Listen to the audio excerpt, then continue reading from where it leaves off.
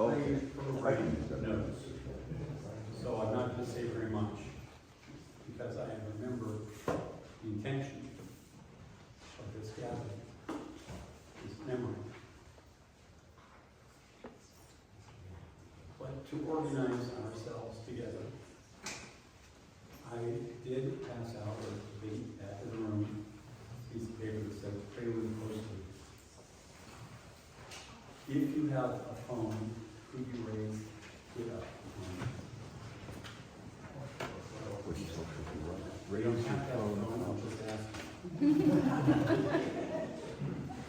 And there's a QR code in the Prelude portion of the program. And it tells you what you should do to participate in the Prelude. We're all going to play the Prelude together. And I will conduct the end of the Prelude. Somebody's already started now. Just right. Turn up your volume so that you can hear your phone and you can hear the other people playing their phone. It needs to be a collective experience. It's not just you having a solo phone. You're part of a larger ensemble. You need to be able to hear everybody in the room, not just the person next to you. And if you can only hear the person next to you, they are playing a solo. It's too loud. But you need to be able to hear everybody, and you become part of the collective experience. And so the Prelude has begun. The title of the piece is a memorial to a student of mine who died in January at age 15. And that's why I thought this piece would be appropriate for this service.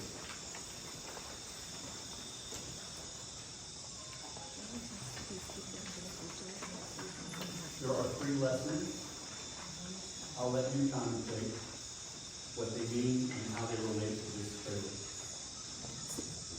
But it is a meditative piece with a meditative intention. And if you're just sitting down now and you have a QR code in front of you, there are instructions on what to do.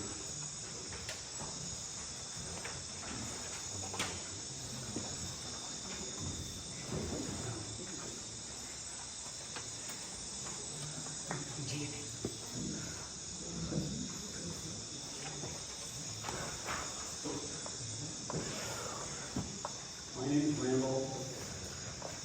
Some people know me as Andy. This is Gabriella Needwan from Manson, Iowa. She's a freshman located in Music Ed. Her major.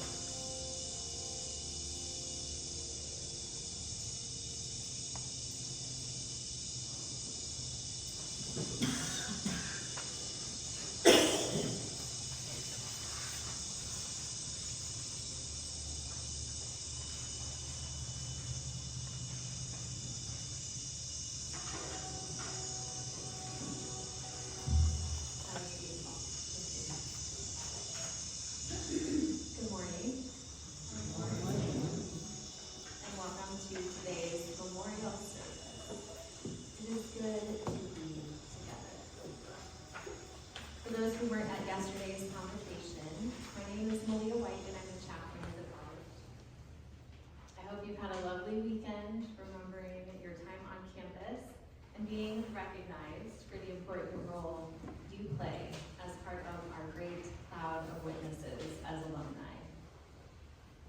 As we begin, I want to bring your attention to the flowers at the front altar. There are 27 flowers in the vase. 25 for the classmates we're remembering today, and 2 extras. One for anyone we may have missed, or who could even be transitioning as we gather today. And another for faculty and staff who have passed since you graduated. Very kind of our organizers to think of our former faculty and staff. I like to open our services on campus by lighting a candle. Candles can represent coming together and unity, can symbolize the divine among us, and it can also symbolize the divine light within us. So as I light this candle, I acknowledge the space we hold together today, the sacred presence with us, and the light within us.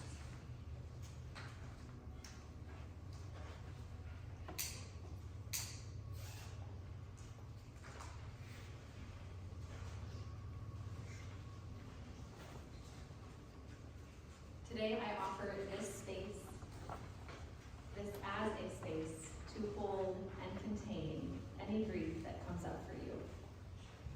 Of course, that is to be assumed with a memorial service, and we are here to remember your classmates who have passed.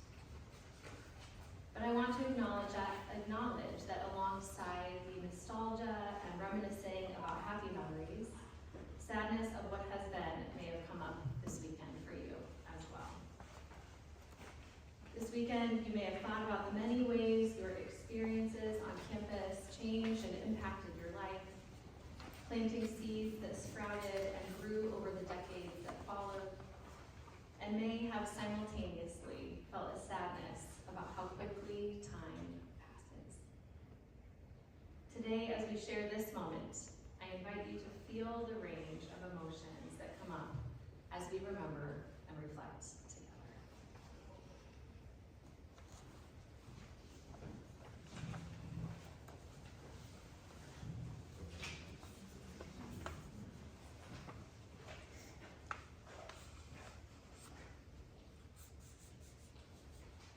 Hear this poem from an Asian poet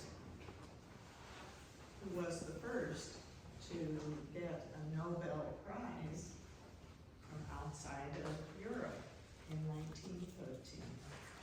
The poem is called Farewell, My Friends. His name is Rabindranath Tagore. It was beautiful as long as it lasted, the journey of my life. I had no regrets whatsoever, save the pain I'll leave behind. Those dear hearts who love and care, and the strings pulling at the heart and soul, the strong arms that held me up when my own strength let me down. At every turning of my life, I came across good friends, friends who stood by me, even when the time raced me by. Farewell, farewell, my friends. I smile and bid you goodbye. No, shed no tears, for I need them not. All I need is your smile. If you feel sad, do think of me, for that's what I'll like. When you live in the hearts of those who love, remember then, you never die. And a second reading from Matthew chapter 5, verses 14 to 16. You are the light of the world. A city built on the hill cannot be hid. People do not light a lamp and put it under a basket.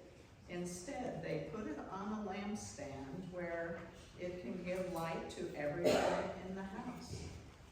In the same way, let your light shine, so others will see the good you do and praise the Eternal One. Amen.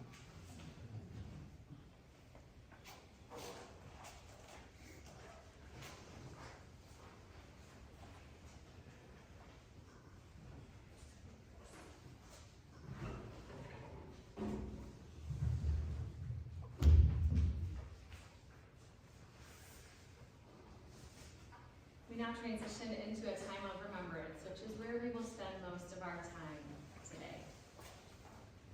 Let us pause for a moment to center ourselves, and then your classmates will read the list of names of peers who've passed and share some information about each student.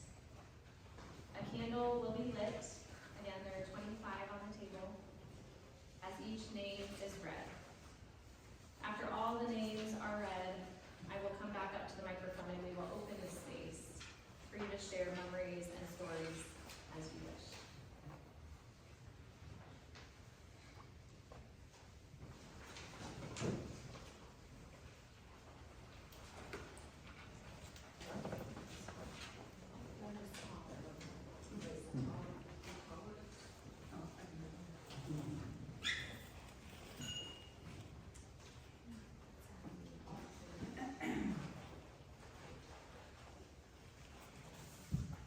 Carol Ann Stagel Benson. Carol received her Bachelor of Education from Cornell College and her master's degree in counseling from the University of Iowa. She taught physical education at Washington High School in Vinton and worked as an elementary school counselor in Solon and Cedar Rapids. Becky Brown, also Hussey. Becky majored in history and after graduation from Cornell was a visitor volunteer in Little Rock, Arkansas. Becky then moved to Seattle where she worked as a fundraising consultant. Becky was a member of the Conabare Rowing Club for over 30 years and rowed competitively at the local, regional, and international levels. Laura Bruce. Laura received her PhD in neuroanatomy from Georgetown University and was a beloved professor at Creighton University for 34 years.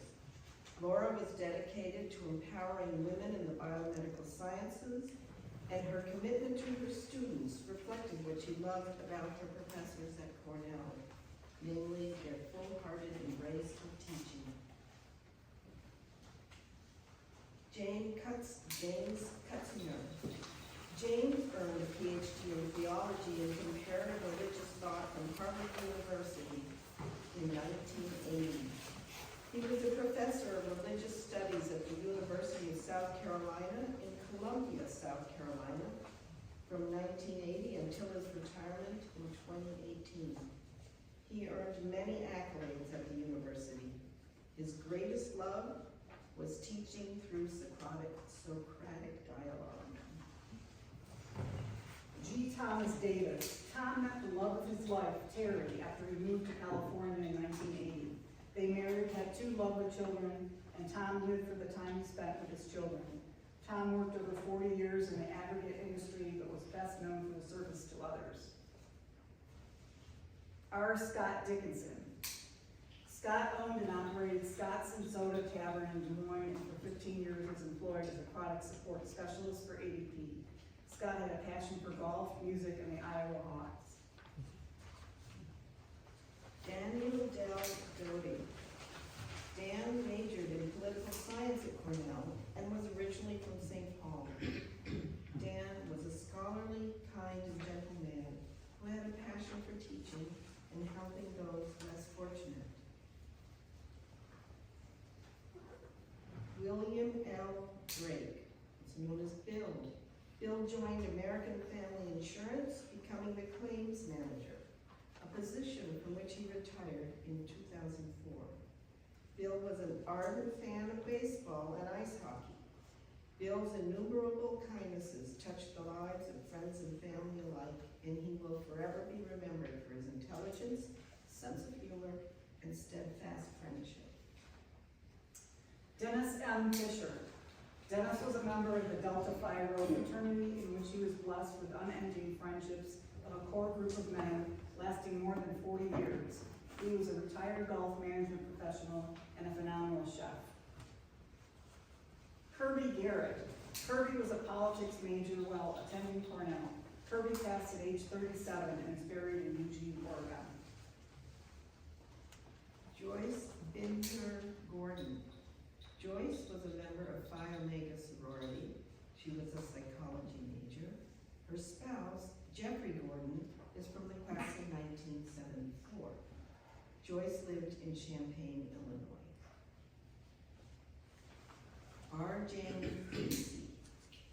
For the majority of her career, Jane worked at Lakeview Hospital in the business office, where she gained many friends, spread positivity and welcome, and helped numerous community members.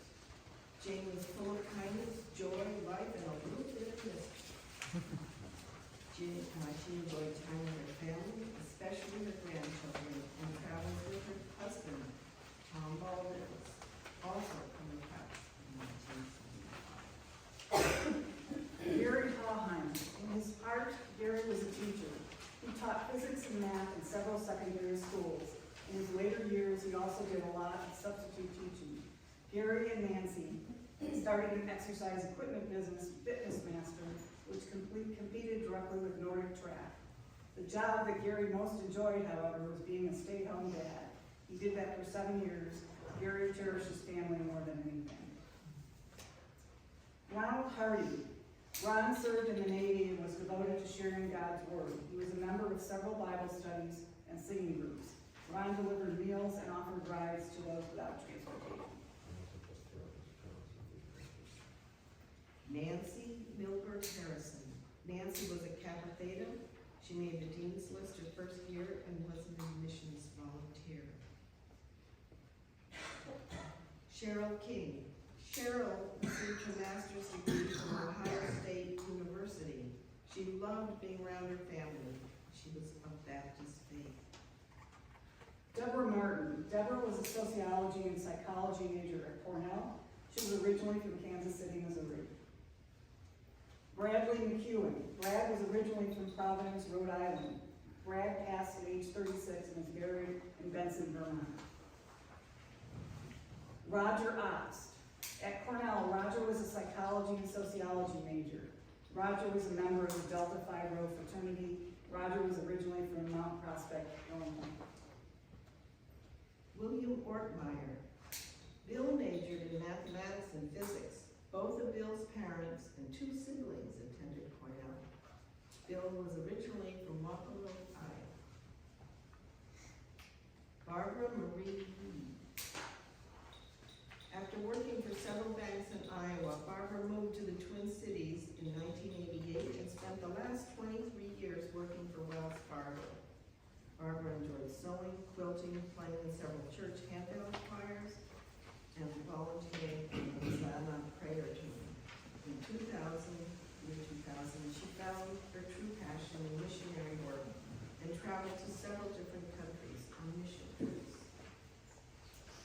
Lynn Stacy Jr. Lynn completed his master's degree in biology at the University of Illinois in Urbana-Champaign and taught until 2011. On nature walks, he could name every species of plant and animal. Lynn was a DJ, a woodworker, photographer, taxidermist, wrestling coach, and an animal lover, raising and rescuing many pets. Lynn will be remembered for his quick wit, his playful spirit, his love of the Cubs, and his generous heart. James Thomas. Jamie was employed with Northwestern Mutual Insurance Company working for his father. He then moved to Colorado and worked in the insurance business with a friend. Before retiring, he worked for 10 years at Awards Unlimited in Lincoln. Catherine Whitmer Wiley. Kathy married Jim Wiley in August of 1975. Kathy became a research assistant at the University of Illinois School of Pharmacy. Through the years, she spent many years gardening and handcrafting everything from stained glass windows to quilts and needlepoint. Kathy and Jim were blessed with twin boys, the pride and joy of Kathy's life. Jim Wiley. In 1979, Jim and Kathy moved to Elburn, where Jim founded Elburn Dental on Main Street. Jim devoted himself to Kathy, his twin boys, and community service. In 2006, Jim left dental practice to work as a director for the American Dental Association in Chicago. He was instrumental in the establishment of the ADA's Center for Professional Success, which provided resources and guidance for young dentists.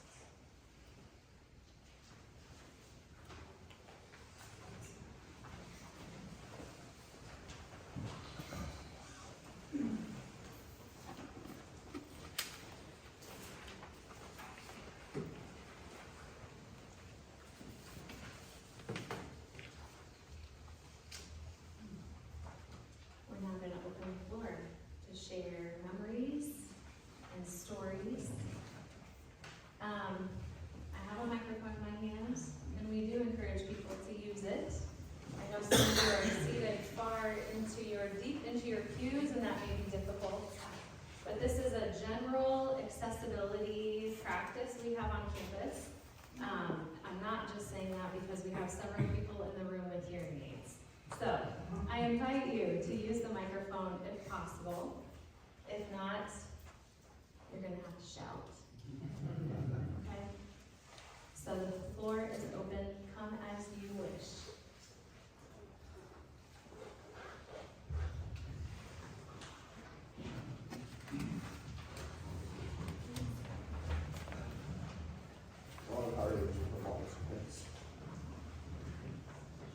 If you have an interesting life, he was also a security guard in prison, a prison preacher. He died of lung cancer, actually. One of the things he also did was take care of parents when they transitioned. He was a very interesting individual, and I'm just giving a couple of extra things need to be over here. Thank you.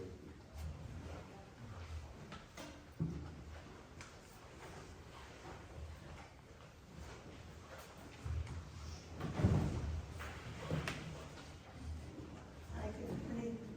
I wanted to just say a few words about Becky Brown. I don't know how many of you remember her, but we were really good friends here in college. We were Arrow sisters. Sarah and we're Arrow sisters. And we both ended up in Seattle, Washington. We reconnected and were friends for many, many years. And she became very ill she got a very terrible degenerative disease, but we had a lot of fun as I knew her in Seattle.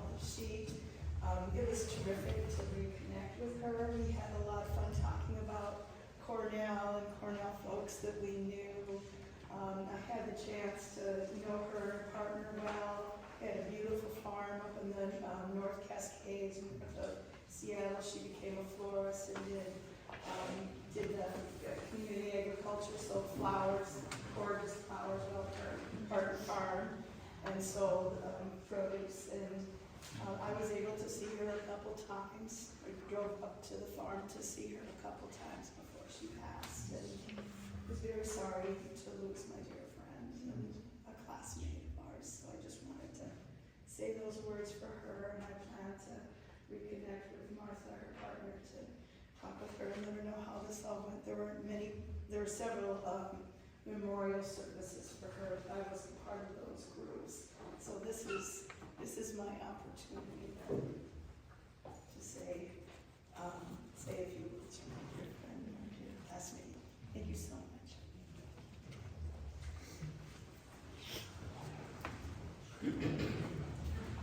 I'd like to add a few things about my friend Laura Bruce.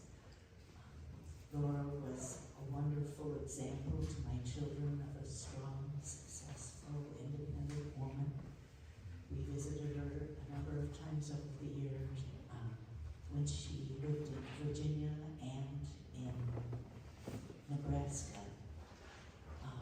When one of my daughters was in physical therapy school and needed to do preceptorship elsewhere outside Iowa City, Laura allowed her to live with her and do that work in Nebraska. And that was, I think, the first time Laura was very ill with cancer. But our daughter Becky had the privilege of getting to know Laura very well at that time. And then before that, our younger daughter had been going to attend a soccer camp in Omaha, and Laura allowed her to live with her during that time. So Jenny also got the wonderful experience of getting to know Laura. Her generosity was touching, and her academic work was amazing, and she is missed very much.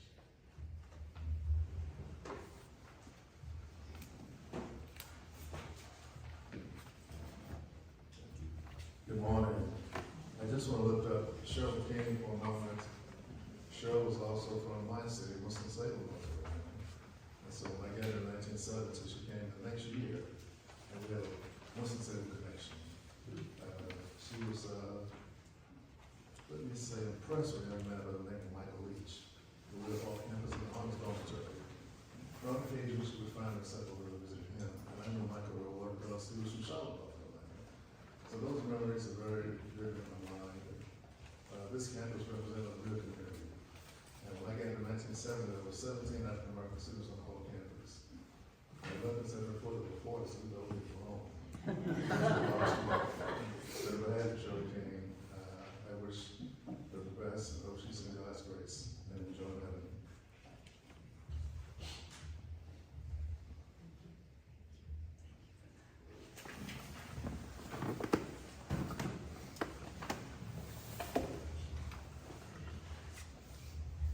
I don't know how many of you knew Barb Reed, but she was the first girl I dated in college.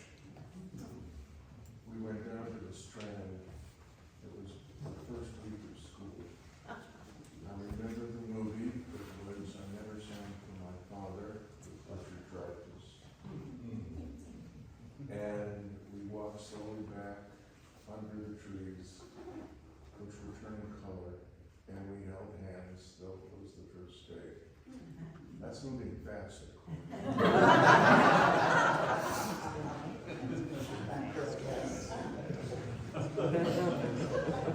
She was a lovely, lovely lady, and unfortunately never was able to pursue her science background at Cornell, but eventually, as you heard, was able to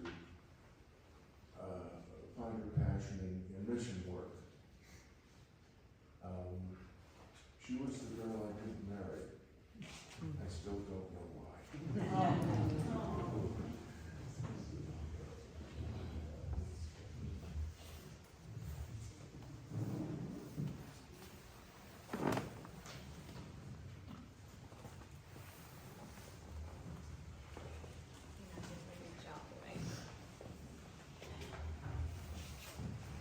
Sorry. Yeah, maybe our first shouter. I probably can do this without Okay. a microphone. Sorry. I'm Bob Pierce, and I'm from the Chicago suburbs. And Roger Ops was one of the first people I met. We both lived on 4th floor Olin. And my world was pretty narrow in many ways. I had no idea just how far-reaching the Chicago suburbs were. He was from Mount Prospect, and I was from a town that was next to Hinsdale, Illinois, a suburb called Clarendon Hills, at opposite ends of Route 83, if you will. And Roger was one of the friendliest people I ever met in my entire life, and the kindest. And I was kind of an orphan at my freshman year because my roommate was assimilated into another social sphere, so I was just kind of left alone. And Roger was one of the people who befriended me, and we were not close friends, but we maintained a friendship because we were both from Illinois and from the Chicago suburbs. Very nice man. I was very sad to read. He was one of the first of our class to pass. I was very sad to read it in the newspaper. Thank you.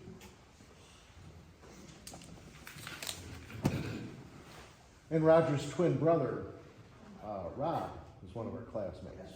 Sorry.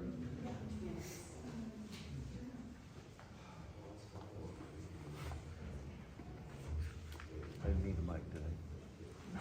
My roommate in Poly the first 2 years was Jane Greasy.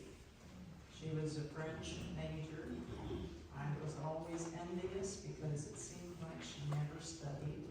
And I spent a lot of time in the library studying. But she and Tom Valdez joined up, and they were married for many years. Very happy life. And I talked to Tom, and he wanted that to be shared, that they had a very beautiful life together.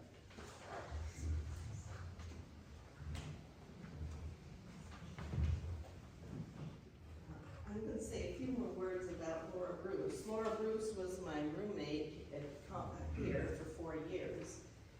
And then, just again, very serendipity, very coincidentally, we ended up being roommates again in Washington, D.C.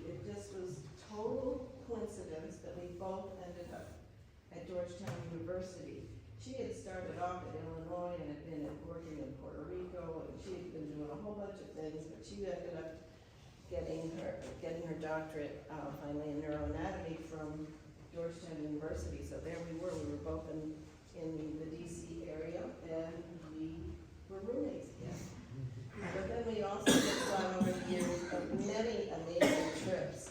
We have sea kayaked in the San Juan Islands and the Baja, and Glacier Bay in Alaska. We did White Rim Trail mountain bike trips in Utah.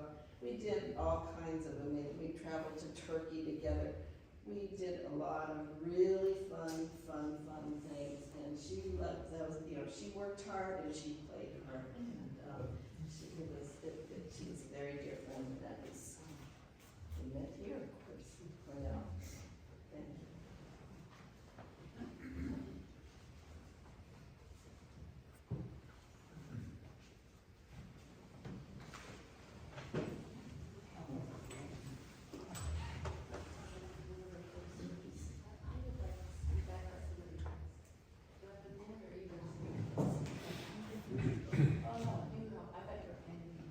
No, well, I am. We're not there yet. I wanted to say something about somebody who I was not a dear friend of, but watched with admiration at a distance. He found the love of his life early on at Cornell. And they were a couple from the very first time I became aware of him. I was aware of her first. Oh my God. But very quickly saw that they were a couple and dear people. And I became aware of them again when I moved to Minneapolis after graduation. And they were in Minnesota. Those Cornellians do move around. And I was aware of them again when my wife and my son went to see their son present a workshop on practicing music. At some point in their son's life, he decided he didn't want to be an engineer or whatever the heck he was doing before. But he's the principal timpanist in the Metropolitan Opera in New York City, and does workshops around the country. For one, I don't know if he's been around the world. My guess is he's one of the preeminent timpanists in the world. And so I became aware of them again, and then found that Gary Hahan passed. And I'm very sorry to hear that.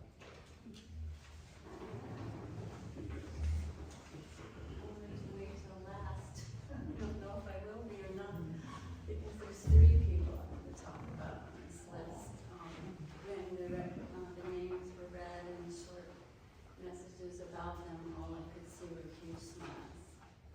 Joey Binder, not many people knew maybe Joey, but she was such a spiritual woman. Through her eyes, you could just see how much love that she had in her heart.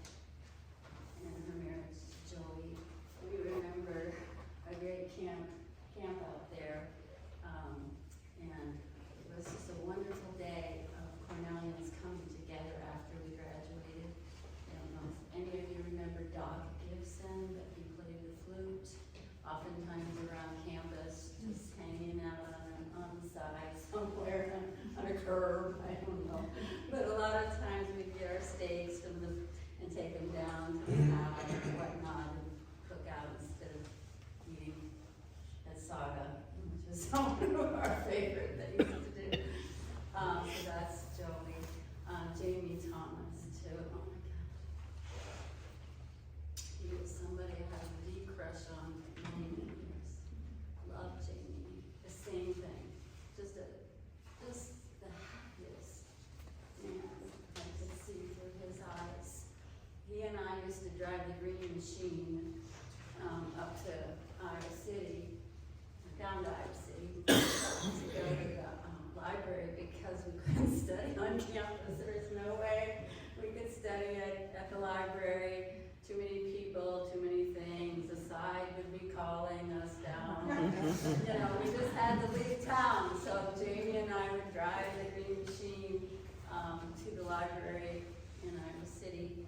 And, third floor with our Mountain Dew, 3 hours. We'd meet up again and then off we'd go back down to the side to finish our You can tell I was a socialite, at Cornell, but the last person is Dennis Fisher.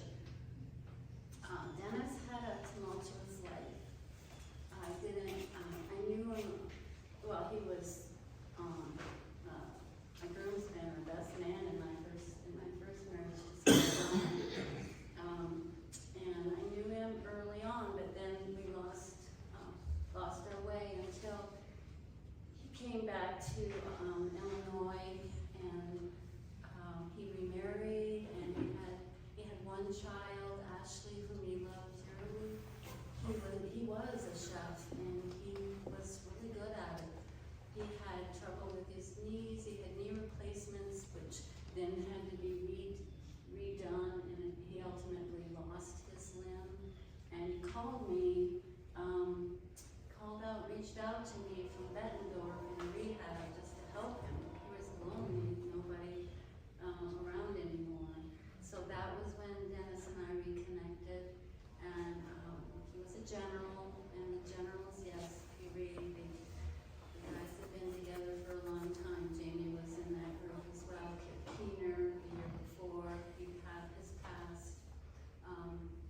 Dude, Scott Dedrick, he has passed. Ken Bickerstaff, of course, you can forget Ken from our class, so we didn't know Ken Bickerstaff, or Ken Springer.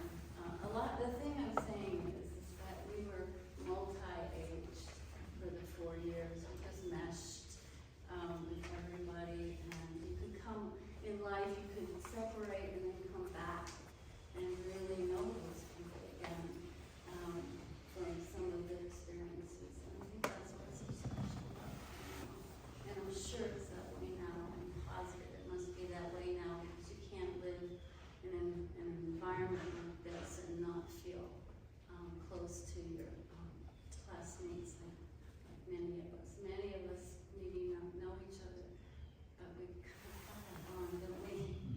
Doesn't really matter what social group we were in, or GDI, or whatever. I think we really do have this special bond with Cornell.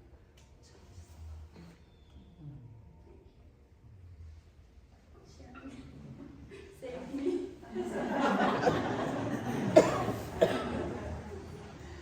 Well, I just wanted to add on to Dennis Fisher, because he's not somebody I had classes with or anything. But he was from Ottumwa, Iowa, and when I was kindergarten to 2nd grade, I lived in Ottumwa. And he was in my class as a youngster. And we came to Cornell. I had no idea, hadn't seen him since 2nd grade, but he was coming down the steps to the orange carpet. I was at the bottom looking up to go up. And we saw each other and actually knew who each other were. And it was the most miraculous thing to me. And he was so kind. Every time I'd see him, he would say, "Ottumwa friend." So I loved this just because we knew each other, even though it had been many years.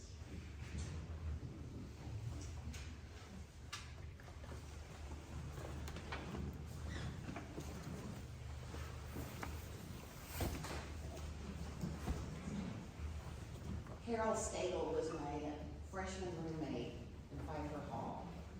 And I can tell you, for a girl coming from Kansas, she met me with, "Oh my gosh, aren't you glad you're in Iowa now?" We had a lot of really good times together.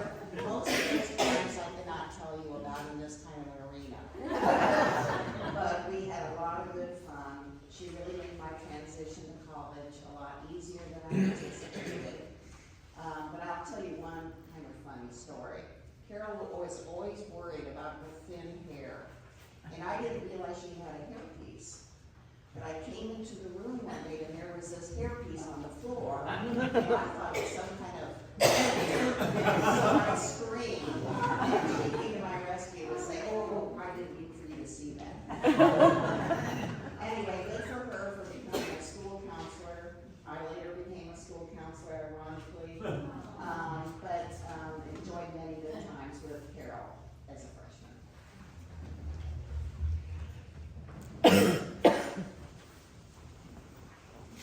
Me again. First, I just wanted to say another word about Dennis Fisher. Do any of you remember Amy Golub? Yes. Okay, well, Dennis and Amy went together a long time, right? So Dennis and I hitchhiked to Naperville, Illinois, weekend to see Amy. That's the only time I ever hitchhiked. But we did. It was pretty crazy. It was surprising. She didn't know we were coming. It was a lot of fun. But I just really thought the world of Dennis. He was just a swell guy. And when I think of Dennis, I think of all the dolls. I think of Ear. I think of all the folks that Sarah mentioned. And then I just want to say one last word about Becky, because this was kind of the magic of Cornell. We figured we had parallel lives, that we were supposed to have met, supposed to have been friends. We were both fundraisers in Seattle. We did a lot of the same things. We were like right on each other's wavelength. And I have Cornell to thank for that friendship. And it was, we could never get over it, just how in sync we were in life. And that started right here. Yeah, okay, I don't think that might. You wanna come over? I just want to say how much I remember Addison Alt. The twinkle in his eye and that kind of impish grin that he had when you asked a question that was stupid. And I asked a lot my freshman year, but he saw something, I don't know why, and he gave me a shot doing summer chemistry research at the old Carnegie Library chemistry building with the windows and the hornets flying in.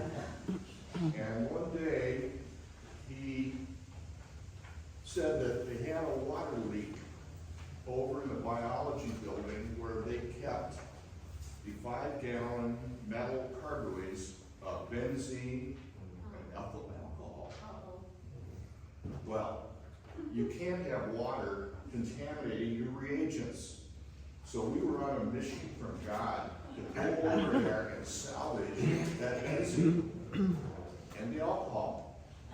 So we brought them back, dried them off, and ran them through the gas chromatograph. Thank God the benzene was okay, but the alcohol had water in it. It was contaminated. Well, if you know what an azeotrope of alcohol is, it's 95% alcohol and 5% water. So we were okay, but that alcohol, we couldn't trust it. So we took it out of circulation, and we said, it's all taken care of. That alcohol fueled Wapatuli parties at Tar Hall. I'm sure it made its way to we had more white lightning as a result of that. They told my dad, and Anna Olson, who was a pharmacist, and he made hockey out of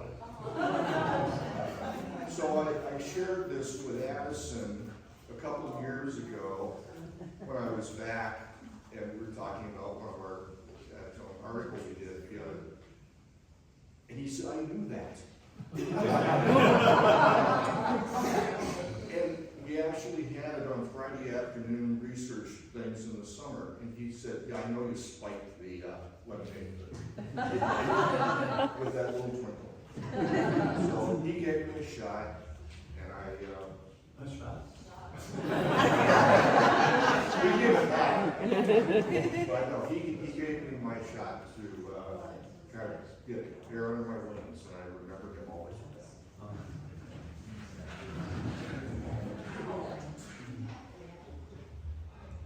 I was going to mention Charles Milshauser also. I don't know if you actually interacted with him on a regular basis. He lived up in Augusta, Florida, which wasn't too far from where I live.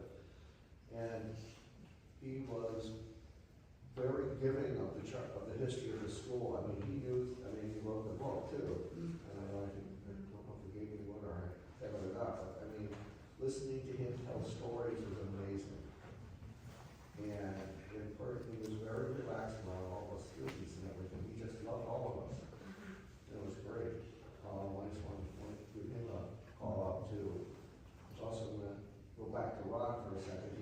His father worked for ADM in Decatur. They had a nice house. We were there a number of times. I know one Saturday, I was one of these people that had a car. I know one Saturday after we had just too much of one thing or another, and decided we wanted pizza. And we wanted deep dish pizza. So we got the car around 9 o'clock, see if we could hit a place in Chicago before it closed. Yeah, not kidding you. Yeah, we got to like, I think Uno or Duo, but it was just, I mean, what? Yes, I mean, it was, yeah, I know, it was like insane, because we didn't get back like 4 in the morning. But, you know, do a lot of things in college that sometimes are somewhat crazy. I'll try to make this brief. When you said that, I thought about Dr. John Shackelford and Dr. Don Sale. I was an econ business major. And so I was in a lot of classes in College Hall over there. And Dr. Shackelford actually taught African literature. In fact, he spurned the interest in me to try out African eventually. And this house was like a museum piece. This is the only college I've ever been to where professors would invite you to their homes like that.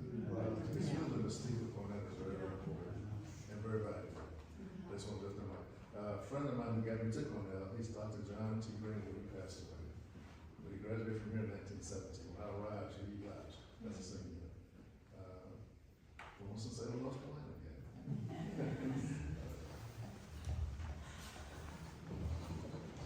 I just can't stand it when a microphone's wandering around. Figure out how bad it's and all. You know, at the time I was pledging or whatever you call it for the gammas, so I had a little blue dot on my nose. I think we had to wear those blue dots for a while. And I kind of wasn't exactly excelling in the inorganic chemistry. But I went in and I said, Dr. All, would it be okay if I dropped this semester? Would you still let me to go on to organic? And the twinkle in the eye thing you'll never forget. He said, I think we can let you do it. And so I went on to take the other chemistry, and I got home, and I remember I saw my little blue nose. I thought, that guy had me wet in his pants. And then since I'm up there, Mom is back here and has there's the look again. Anyway, I don't know if any of you guys remember Jeff Dwyer. I don't think he graduated with us, but I think he came back to finish his degree, so he might have had a later graduation time. And he was a dentist also. He was a freshman in dental school when I was a senior. And he passed away pretty young. I mean, he was probably in his 40s, I think. But anyway, I don't know if anybody remembers him, but he wasn't in our class, but he kind of was in our class. And then that's it. Are you ready to grab the microphone in? But tonight, of course, I want to I don't want to leave. I want to stay. So I'm going to milk it a little bit longer. But I'm not playing the clarinet.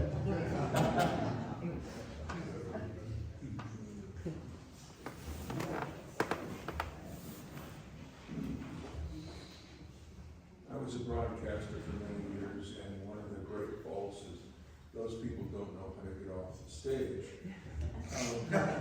But I wanted to say something about Walt Stromer. He taught more students at Cornell than anyone in the history of the school because he taught a required subject, and speech was required of everyone years ago, and he was the only speech professor. He never saw any of his students, of course, nor did he see his 2 children. But Walt was a great influence on me and Bill and many, many others. And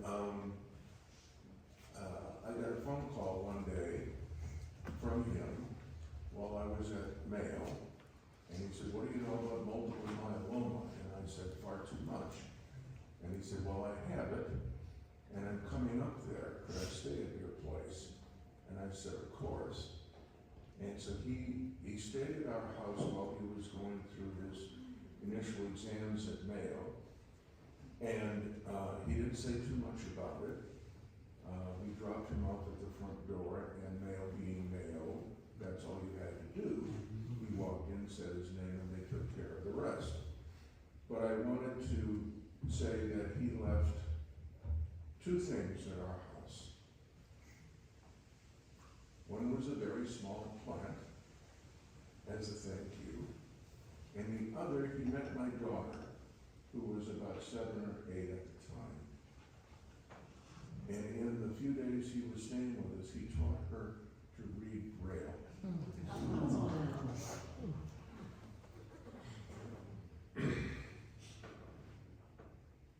And that did something to her, because when she went on to college,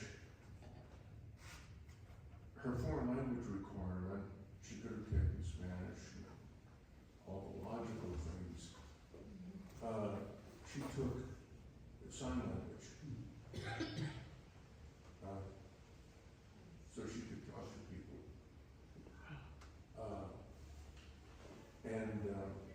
We were walking down the street the day before her graduation, and the young fellow who worked at the greengrocer's shop on that street in Brooklyn couldn't hear. And she greeted him, speaking with her hands and with her voice, introducing him to me, and he shook my hand, and she said, "This is Guido, one of my best friends." And I said, "I didn't know you could do that." She said, "No, that's Walt Strummer."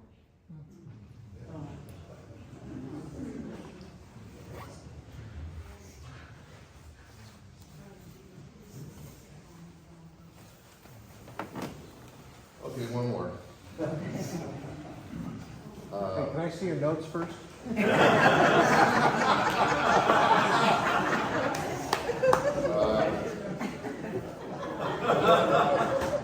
your hand if you knew Kirby Garrett. What is that? About 6. Okay, well, I'm gonna explain why the rest of you did not know Kirby Garrett. He was from Eugene, Oregon. He was a dorm mate of mine in Altoona. And the thing about Kirby was when he was in high school, he was the president of the student council.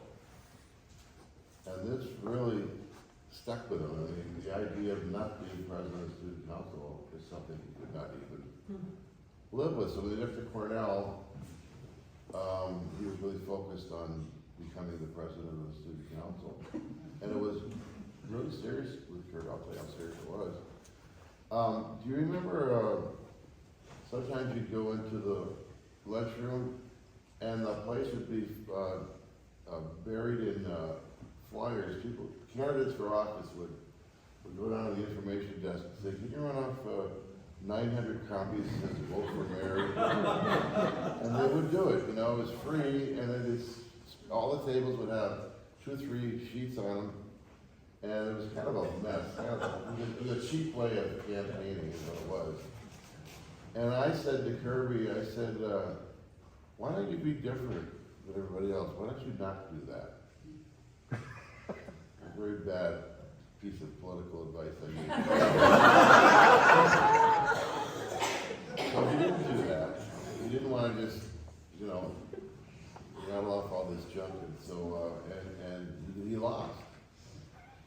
And it was devastating to Kirby, and he, after his freshman year, he went back to Eugene, and he never came back. He just, and when he went to Eugene, he enrolled in the University of Oregon, and he ran for president of the student council, and I believe he won. But the rest of it is that eventually he wound up in Texas, and something happened. I read his obituary, something horrible happened to him. He died pretty young, in his 30s, in Texas. But that's the reason why nobody knows Kirby. He was like, "I can't be president, I can't be here." Thank you, Frank. They don't allow flyers to be placed and left on tables anymore. I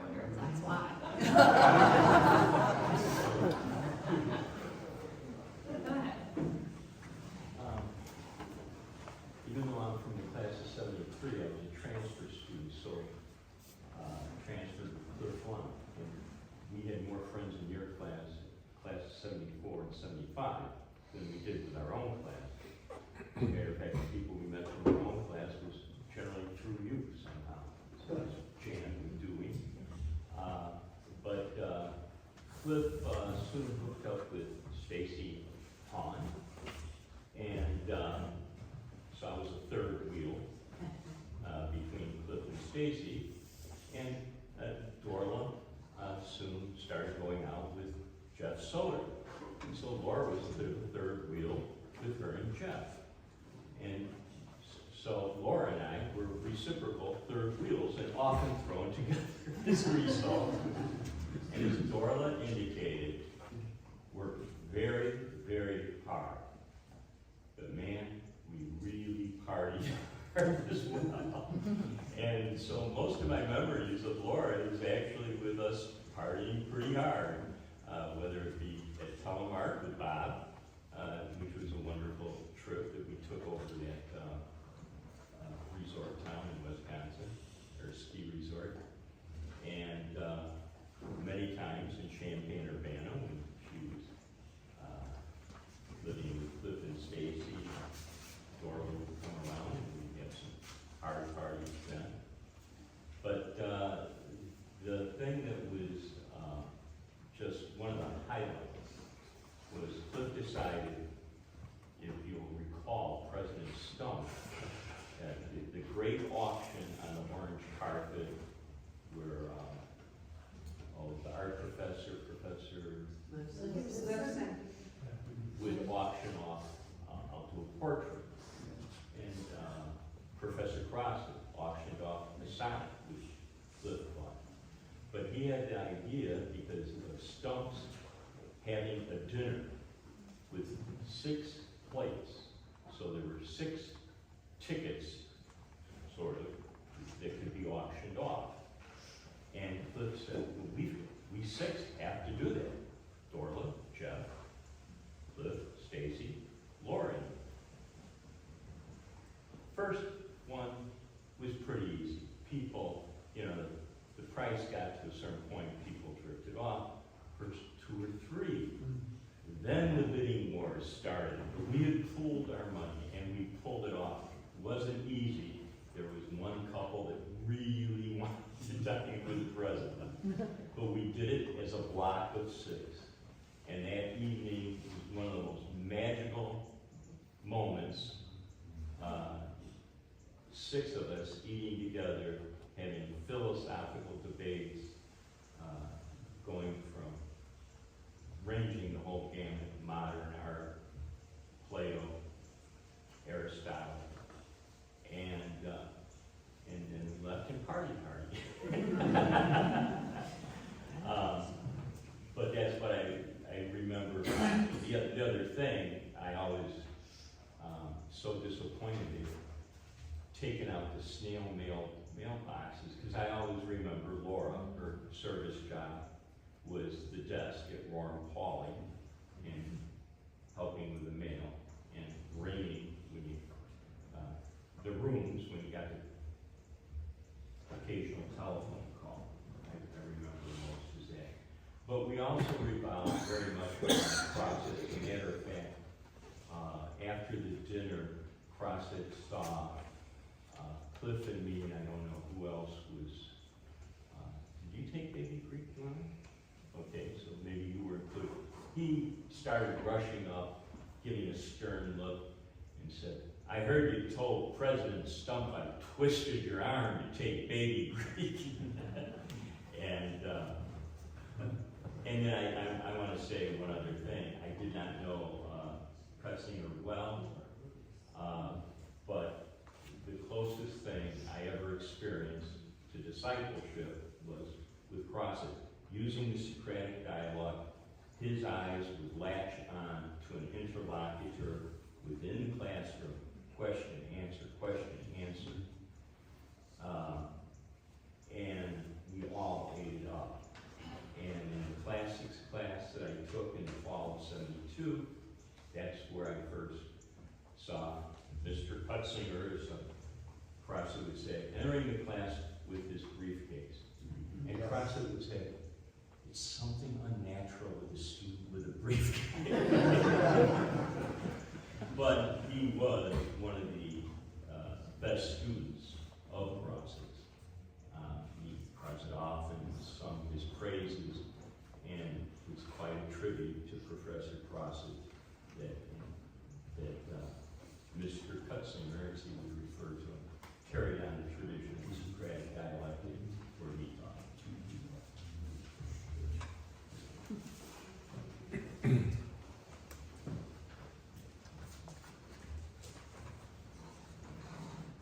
I imagine you will continue sharing stories at brunch.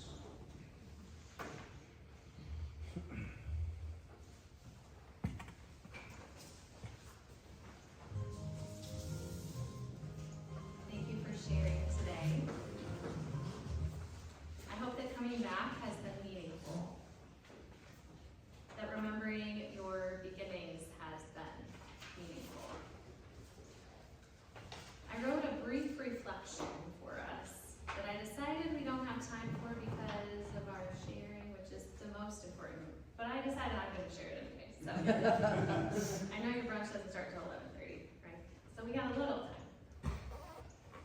One of my favorite parts of my work is exploring the topic of vocation with students and colleagues, helping people start to tap into their own sense of purpose and meaning. You've all shared so much about those little relationships, those little nuggets you received from your mentors, and this is what my reflection is about today. Something I've learned through doing my own reflection around vocation is that the whole of our lives is made up of things that create purpose and meaning. It's all part of our calling. I just so happen to work in my dream job that is also in ministry. So I'm fairly confident I'm working within my vocation. But I also have the privilege of raising 2 daughters, of being a spouse, a daughter, a friend, and a sister. Many of my day-to-day interactions with the people in my own life feel meaningful, just as you've shared today. Your relationships, these have been meaningful. Many of them have carried throughout your life and have bigger connections, bigger implications on your future. Many of us begin to discover our calling in college, and I'm wondering how many of you that's true for as well. My major was psychology, my minor sociology, and I did research with a professor one semester. And one day, as we were talking, we started talking about my own next steps. At the time, I was applying to graduate schools, only those with psychology programs. She asked a very simple question, worded something along the lines of, have you ever considered social work? This ended up being a watershed moment for me. I hadn't even heard of the field of social work myself. And through our conversation, she explained that it focuses on social issues and combined my own interests in human behavior and groups. So I went home and started looking at programs in the field. That small moment, tiny, really, informed the rest of my life. Through some serendipity, which we've talked about a lot this weekend, I ended up in a social work program in Austin, Texas, UT Austin. This program had newly formed a partnership with a seminary in Austin. I didn't know about that relationship when I applied to the social work program. And so for some completely unbeknownst reason to me, I felt a little nudge to look into that program. I wasn't even attending church at the time, but I left Austin with master's degrees in social work and divinity. With no idea for how I would use my divinity degree, I didn't even feel called to ministry. All back to that one little question my college professor had asked. All of this to say, we often discover the moves we are meant to make in life through these small moments and interactions. And many times it's not even until we look back and think about this with intentionality that we realize this one little thing sparked this whole journey. I hope you had experiences like that at Cornell, with faculty, staff, and your peers, each other. conversations that opened the world up to you a little more, that helped inform the direction your life took. And I hope you felt a sense of meaning and purpose throughout your journey. I hope this weekend's experiences have felt meaningful and connecting. Our reading for today said, "It was beautiful as long as it lasted." I hope this is true for you for the whole of your life, as the poem indicates or implies. But it can also be really special for us to think of each stage of life in that way. Your time at Cornell as a standalone experience that is beautiful as long as it lasted. That stage of life immediately following college as you're starting your career, maybe finding a partner, starting a family, and then raising children possibly, hitting that midpoint in your career, doing volunteer work, making a difference in your own communities, retiring, maybe having grandchildren. Every stage is meaningful and beautiful. So today, as we remember your peers who have passed, may you also remember your own life's journey as filled with meaning and purpose, part of the bigger call on your life that is unique to you. Perhaps that's the divine light within, mentioned in our scripture reading. We shan't hide that light within, for it is meant to shine for others. May your peers live on in our hearts as we carry and hold one another. I am grateful for the ways you have helped make Cornell the place it is today. Grateful for the experiences you had that you shared about when you were here that created a meaningful life for you and others. May you continue to let your light shine before others.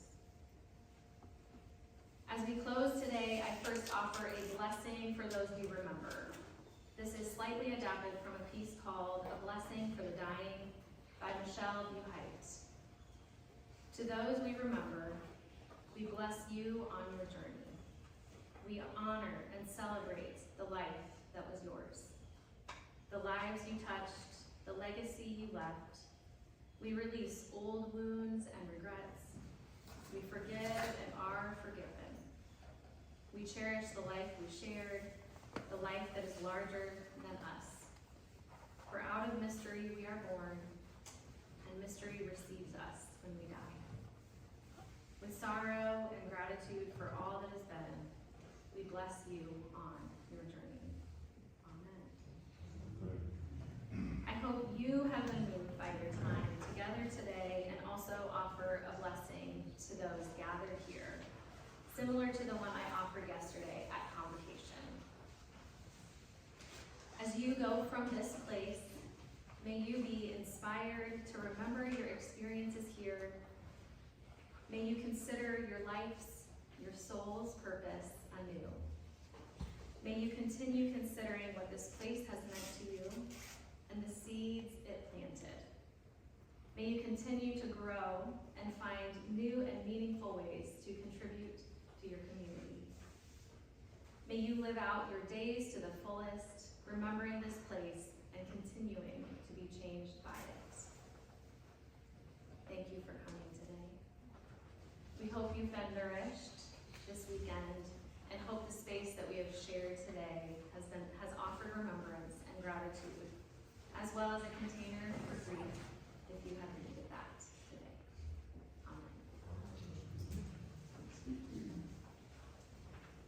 Amen.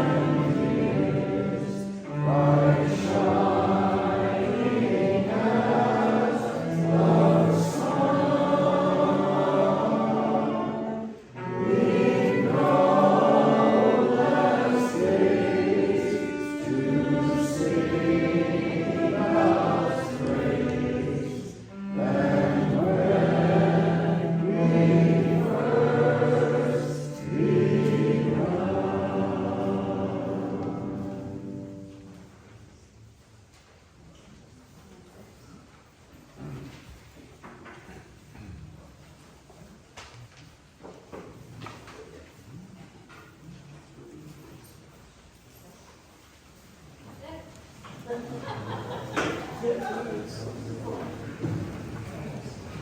free to make your way over to